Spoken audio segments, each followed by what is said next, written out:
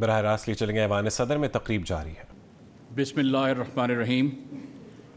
صدر مملکت، آپ کی اجازت ہو تو اس خصوصی تقریب کا باقاعدہ آغاز کیا جائے۔ تلاوت کلام پاک کی سعادت حاصل کرنے کے لیے میں مفتی احسان اللہ کاکڑ سے درخواست کرتا ہوں کہ وہ تشریف لے آئیں۔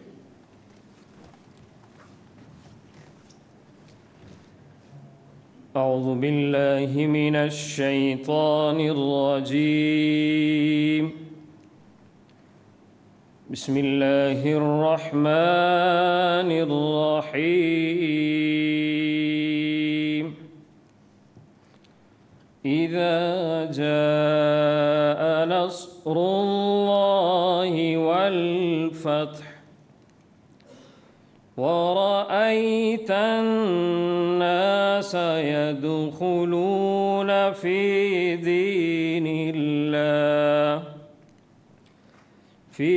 دين الله أفواجا فسبح بحمد ربك واستغفر إنه كان توابا۔ اللہ کے نام سے شروع جو نہایت مہربان ہمیشہ رحم کرنے والا ہے۔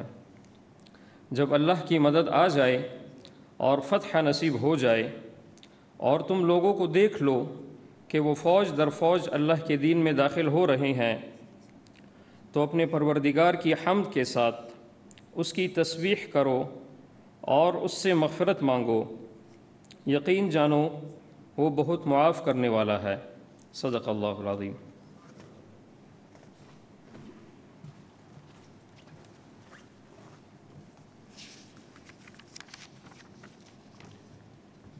میں محمد ارشد ندیم صاحب کو دعوت دیتا ہوں کہ وہ آگے تشریف لے آئیں۔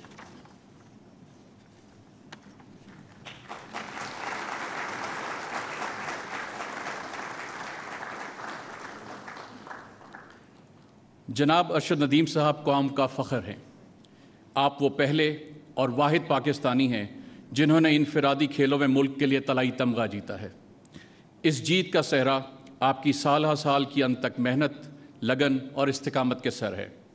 آپ اسلام آباد میں منعقدہ 2015 کی قومی ایتھلیٹکس چیمپئن شپ میں اپنا پہلا طلائی تمغہ جیت کر ایتھلیٹکس کے افق پر نمودار ہوئے۔ آپ کی خودداد صلاحیتوں کی شناخت کرتے ہوئے حکومت پاکستان نے آپ کو اپنے ایلیٹ پول میں شامل کیا اور پھر یہاں سے آپ کی اندرون اور بیرون ملک تربیت اور کوچنگ کا باقاعدہ آغاز ہوا، جس نے آپ کی صلاحیتوں اور قابلیت کو مزید نکھار دیا۔ آپ 2015 سے جیولن تھرو میں قومی چیمپئن ہیں اور تب سے اب تک 10 بار قومی ریکارڈ قائم کر چکے ہیں۔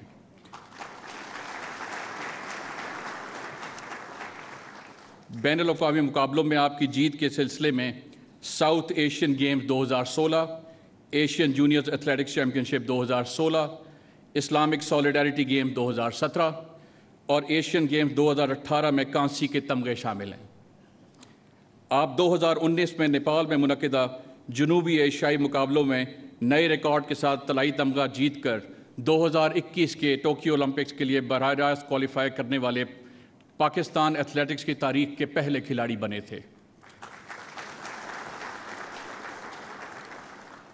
اس چیمپئن شپ میں آپ نے 5ویں پوزیشن حاصل کی، مگر آپ نے محنت جاری رکھی اور اپنی بے پناہ لگن سے 2022 کی کامن ویلتھ گیمز میں طلائی تمغہ جیتا اور 90.18 میٹر کی تھرو کے ساتھ گیمز کا نیا ریکارڈ بھی قائم کیا۔ اس شاندار فتح کے بعد 2022 میں ترکی میں ہونے والے 5ویں اسلامی سالیڈیرٹی گیمز میں طلائی تمغے کے ساتھ آپ نے نیا ریکارڈ بھی قائم کیا۔ اپنی کامیابی کے سفر کو جاری رکھتے ہوئے جناب ارشد ندیم نے 2023 میں ہنگری کے شہر بڈاپیسٹ میں ہونے والے ورلڈ ایتھلیٹکس چیمپئن شپ میں چاندی کا تمغہ حاصل کیا۔ اپنے غیر معمولی کیریئر کے دوران جناب ارشد ندیم نے بین الاقوامی مقابلوں میں 5 طلائی، 1 چاندی اور 4 کانسی کے تمغے جیتے ہیں۔ آپ کی ان کامیابیوں کے اعتراف میں 2022 میں آپ کو صدارتی اعزاز برائے حسن کارکردگی سے نوازا گیا تھا۔ پیرس اولمپکس 2024 میں آپ نے اپنے شاندار کیریئر کے عروج کا مظاہرہ پوری دنیا کے سامنے کیا اور تاریخی فتح حاصل کی۔ اللہ کے فضل سے آپ نے کسی بھی انفرادی کھیل میں پاکستان کے لیے پہلا قیمتی اولمپکس طلائی تمغہ جیتا۔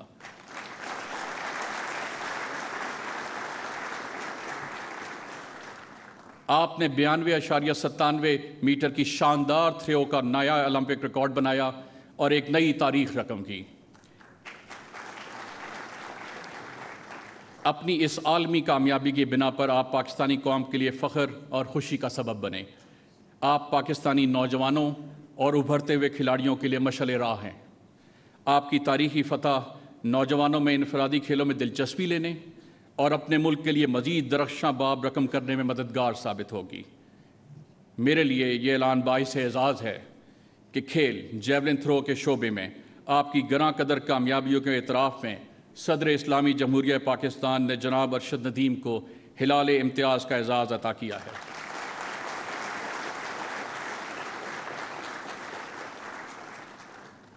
میں جناب ارشد ندیم صاحب کو دعوت دیتا ہوں کہ آئیے اور اپنا ایوارڈ وصول کیجیے۔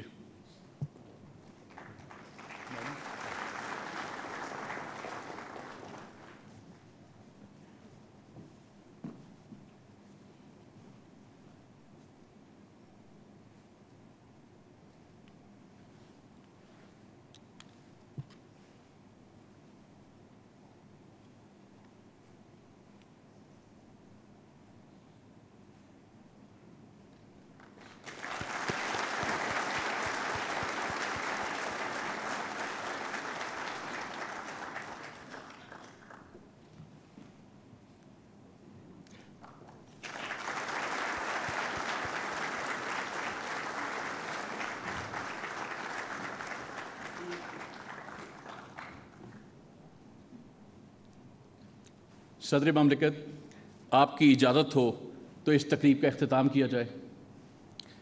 خواتین و حضرات، اس خصوصی تقریب کا اختتام کیا جاتا ہے۔ بہت شکریہ۔ ایوان صدر اسلام آباد۔ ایوان صدر میں Olympic gold medalist Arshad Nadeem کو ہلال امتیاز عطا کرنے کی تقریب جاری تھی۔ صدر مملکت آصف علی زرداری نے Olympic gold medalist Arshad Nadeem کو ہلال امتیاز عطا کیا ہے۔ جیولن تھرو کے شعبے میں گراں قدر کامیابیوں کے اعتراف میں ارشد ندیم کو ہلال امتیاز کا اعزاز دیا گیا ہے۔ ملک میں مانسون سسٹم کی شدت برقرار ہے۔ محکمہ موسمیات نے ٹراپیکل سائیکلون الرٹ جاری کر دیا ہے۔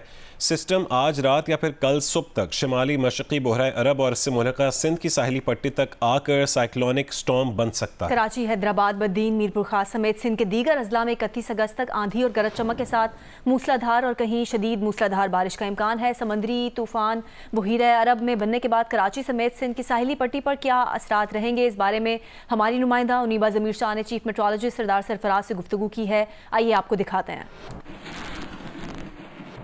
محکمہ موسمیات کا راڈار جو سسٹم ہے وہ اس وقت 450 کلومیٹر کے ریڈیس پر آگاہ کر رہا ہے کہ کراچی سمیت سندھ کی ساحلی پٹی پر گہرے بادل موجود ہیں اور کراچی سمیت سندھ کی ساحلی پٹی پر اس وقت وقفے سے بارش کا سلسلہ جاری ہے۔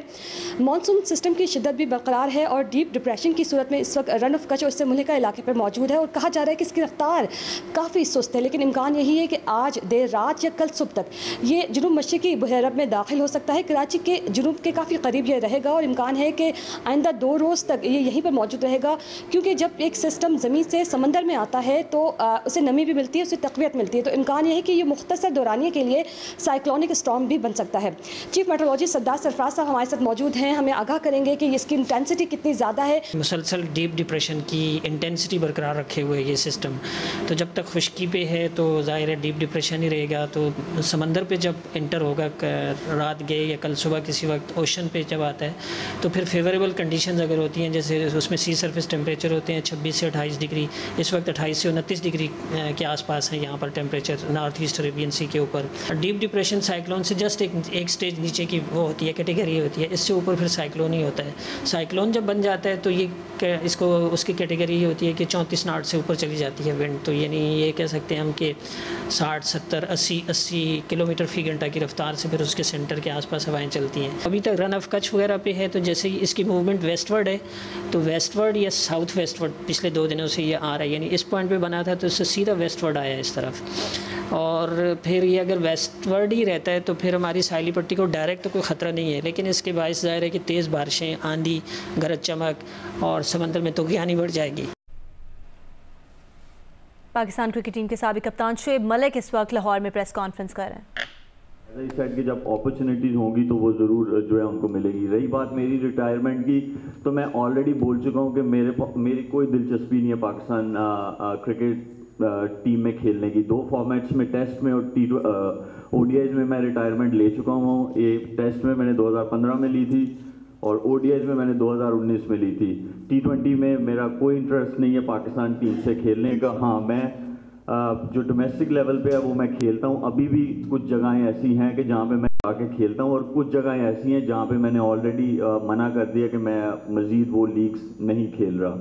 تو ابھی میرا ریٹائرمنٹ کا یہ ہے کہ میں ایک ہی دفعہ چھوڑوں گا، لیکن پاکستان T20 کی ٹیم میں کھیلنے کا میرا کوئی انٹرسٹ نہیں۔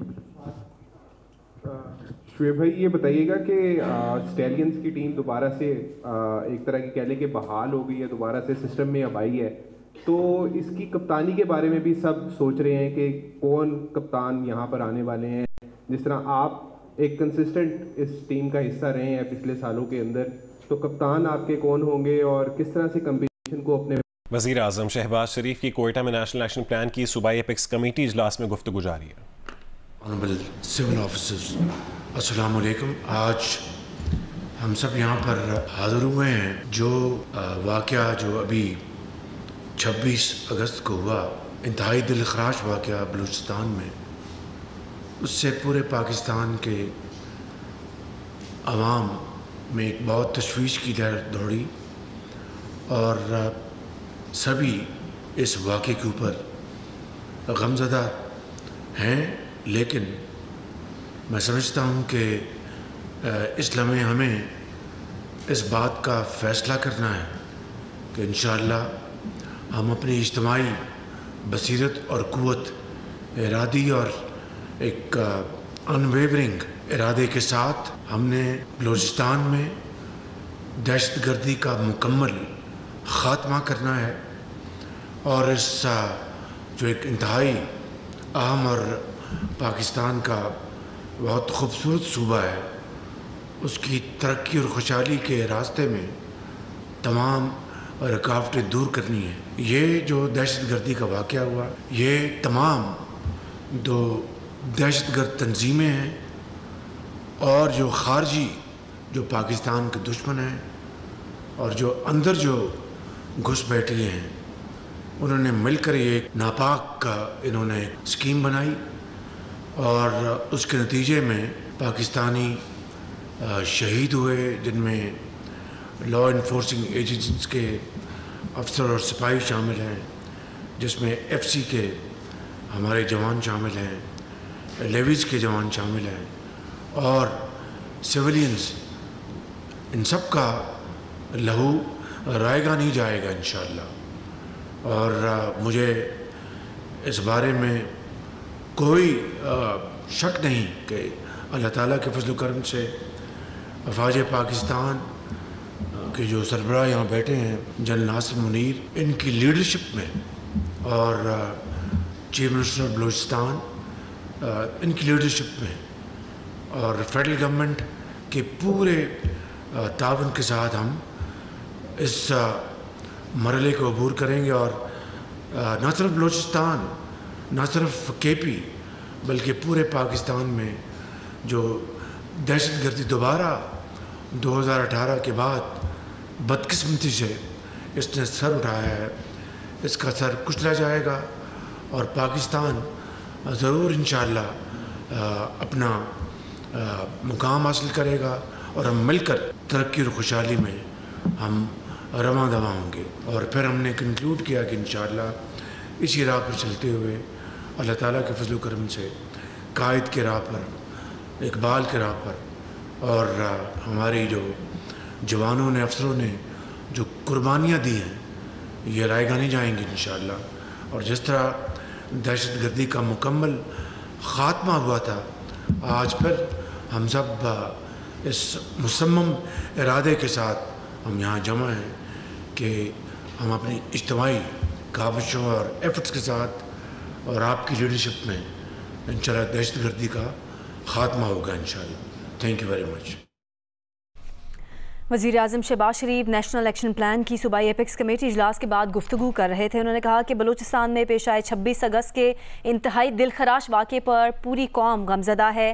ہم نے بلوچستان سے دہشت گردی کا مکمل خاتمہ کرنا ہے, بلوچستان کی ترقی و خوشحالی کی راہ میں رکاوٹوں کو دور کرنا ہے اور شہیدوں کا خون رائیگان نہیں جائے گا.